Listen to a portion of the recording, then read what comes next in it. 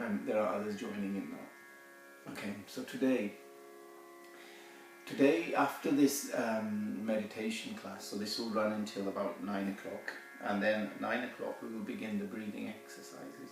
I may just stop the meditation about 5-10 minutes before, so there's a little break. But today we're going to try and understand this meditation a little bit more, as to why it's so important. Why is meditation such at the top, it's at the pinnacle of yoga practices? And why is it that it is what we are trying to work towards, this still state where the body, the physical body, and the mind, which is not physical, but it's part of the metaphysical, if you like, okay? But nevertheless, it's still part of this universe, if you like, okay? It's still part of your actions, and it contributes to that, okay? So why is it that these two need to be stilled? Why do we need to still our physical body and still our mind? And the main reason is because then our concentration on the spirit, which sits here as a ghost body, and beyond the spirit is still a form, so it's still in the metaphysical realm. But beyond the metaphysical, it goes into the spiritual realm, which is the soul, and there is no form. The soul simply exists. Okay, so in the meditation, we're going to try and understand that when we silence the physical and we silence the mind, with the mind being silenced, our intellectualization gets dampened and it gets calmed down. Okay, because otherwise we're constantly intellectualizing all the time, and we're not really sometimes giving enough time to think about something. You know, we just jump from one issue to the other, and this is one big bad trait of humans, is we are very quick to make judgment and to make a judgment. Okay, the analysis, the contemplation, the meditation around making good decisions isn't there. Why? Because our minds are not relaxed, because we are stressed, because of what we eat, what we drink, the way we talk, the way we walk, the way we behave. All of these have an impact on what we call our sattvic capacity. Okay? Sattvic capacity is the nature of goodness inside you. We need to increase. In meditation, it's there. The sattvic nature is there, but it needs to be increased. Okay? Now, the brain is so stressed, and there are so many chemicals out there now. Air pollution, they say, by the year like 2050 is going to be the number one killer. It's graded as a grade 1 carcinogen. But all of these chemicals, whether it's plastics, whatever it is, these are impacting our brain. Us intelligent human beings created so many things for ease of life, yet the things we created for ease of life are themselves destroying us, are impacting us negatively. This is the irony of human intelligence. Okay? That this foresight, this thinking ahead, and this Akhil Brahman, this complete universe, this wholeness is missing. This connection, it's being lost. And as we go back to our ancient paths, or the ancient seers, they were very much in tune with nature. They always had the foresight to look ahead.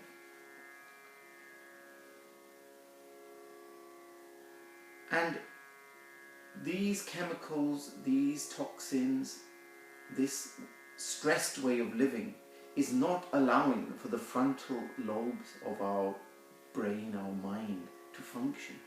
This is where we have all the intuition, all the decision making, all the logical thinking, all of the good decision making, and that's being affected. Okay? So what does meditation do? Meditation doesn't just relax us. Of course it relaxes us. Of course it removes depression, stress, anxiety. These things are very quick to go. However, meditation actually fires us up. It actually energizes us. Okay? It doesn't just put you into a state of sleep or relaxation.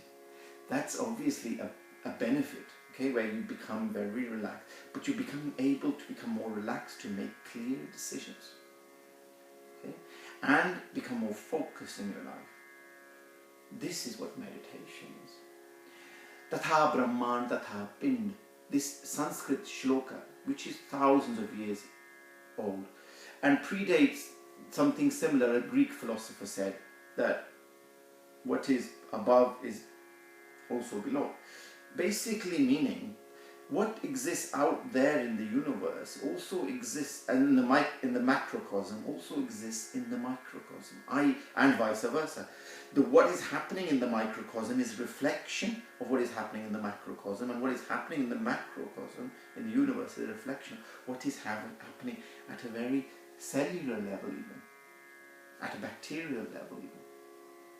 There are more bacteria inside us which help us to survive. This is the good bacteria. Then there are more cells. This is the foundation of life. And this foundation of life is what we are destroying through what we are consuming and how we have tried to create an easy lifestyle, but yet in this unknowing way we have caused our own destruction. And we are causing our own destruction because the brain is being affected, because the body, the way we move, the way we eat, the way we think, it's all influenced by our genes. And these genes, more than 140 genes are produced by the bacteria that live inside us and on us. These very basic life forms, biotic forms, that we destroy by taking antibiotics, by taking... Now sometimes we need to rely on medication, fine, but this over-reliance and moving away from the natural ways, the simple living is the high living. So when we start doing the meditation हमारे मन की ग्रंथियों को खोल देता है, जो ध्यान होता है. The blockages in our mind start opening up. That's what I just said in Hindi. Hindi is a language of India, by the way, for those who don't know. So it opens up these blockages, and these blockages are what don't allow us to make good decisions and always make us or force us to make quick decisions, which, as I said earlier, is the biggest mistake of humans, is to make quick, rapid decisions without thinking them through and looking at the long-term implications. We are very quick to make judgments. This is one of our faults, big faults. So through meditation we calm the mind, but we fire up our intelligence. We fire up especially the frontal lobes of our brain. This is why a lot of focus is done on the third eye. But I want you to understand, when we do this meditation now, that the physical body and the mind and the over-intellectualizing, which then leads to ego, so all of these are connected, the mind, intellect and ego, need to be relaxed. When they are in this state of relaxation, our automatic connection goes to here, which is where our spirit sits. And when our spirit realizes that it in itself is not infinite, and it realizes what is infinite, that is powering the spirit, i.e. the soul, even the spirit goes to rest. And our identities as beings can come to rest. And we become one with that which is one. Or if we stay at the spirit level, and some people choose to, because for them God is very much in a dham, in a place, and that place they want to respect and live with. That is also fine. This is the beauty of the Hindu Dharma. The Hindu philosophy is so deep and so encompassing. And for us, anyone and everyone who follows the natural path, for us is a Hindu. Okay? But it's not just about a certain ritualistic way of life, You don't have to be Hindu to be practicing what I'm teaching. These are universal truths. These are universal, foundational truths that everyone needs to adopt into their lives. Okay? This is the natural way. This is how we were built, to believe and to live our lives.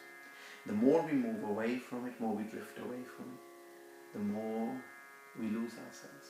So this meditation is an attempt to drift you back to the foundation, to the basic, where through this meditation it's very much a visualization meditation, where you're listening to what I'm saying, and I'm trying to unwind you all the complicated knots that have come in your mind or in yourself. And I'm trying to unwind you. I'm going to be, in a very delicate and subtle way, programming you to think, and not to just instantly believe what I say, because that is also wrong. You can't just instantly believe, but you can't instantly dismiss. This is the biggest fault. We instantly dismiss. Keep an open mind. मन को व्यापक बनाओ, विशाल करो अपने आप को. और जब हम ये विशालता अपने अंदर लेके आते हैं, when we bring this vastness of thinking and this openness in thinking, then only can things come to you. When they come to you, you need to bring them to your heart. This instrument here is where we say Bhagwan resists, or God sits in the heart. So if you take an issue down to your Anahat chakra, into your heart chakra, and ask your heart, contemplate on it, meditate on what you've heard, and then if this resonates back and says, this needs to be followed, this has substance, you need to follow it. Okay? So your biggest tester is your heart, and you need to start using it. We think too much with our intellect, the mind. We don't take enough issues down here and contemplate about there. And that's why we neglect each other. That's why we neglect the environment. That's why we neglect other life forms. Because we lose the heart. We lose the compassion. Everything I'm saying to you now, even if you've got your eyes closed or open, this in itself is meditation. This is what we call Sangat, where we just simply discuss and we just simply meditate upon things we hear, and we then try and realize what the deeper meaning is. For the meaning on the top, the surface, may not be the actual meaning. There are layers of meanings, and the more deeper you go, okay, the more we open our mind, the more deeper you go, the more of the deeper meanings you start understanding. So without further ado, with your eyes closed and your mind relaxed, your palms open, we are going to go on this journey through the universe. We're going to first stay on this physical earth, relax the body, which can only stay connected with the earth. For the body's final destination is simply to be dust or ashes. Whether you are buried or you are cremated, we are going to be one with the 5 elements here: fire, air, space, earth, and water. And that's where we go back to. That is our ultimate reality for this body. But the ultimate reality for us is an onwards journey, which through this meditation I will attempt to take you on to make you realize that this is where we exist, not down here. We exist here as well, very much, because we are here now in this reality. This is a reality, a physical reality, but we exist over here as well. That's at the level of the soul that we want to try and experience through meditation. Just keep an open mind, keep your eyes closed, don't fidget, don't sit cross-legged if you think you're going to fidget, keep your legs straight. Okay, sit on a chair, but make sure you've got supports on the side so you don't drift off and fall asleep. And then 4, make sure you're sitting very relaxed, palms open to receive energy. We're not going to hold any mudra, hand position, okay? So just stay. Aankhein band, man sahaj, eyes closed, relaxed mind. Lightly, the eyes should be shut, lightly. The lips are sealed, the teeth are not grinding, the tongue is resting. The spine is straight, the neck is in line with the spine in neutral position.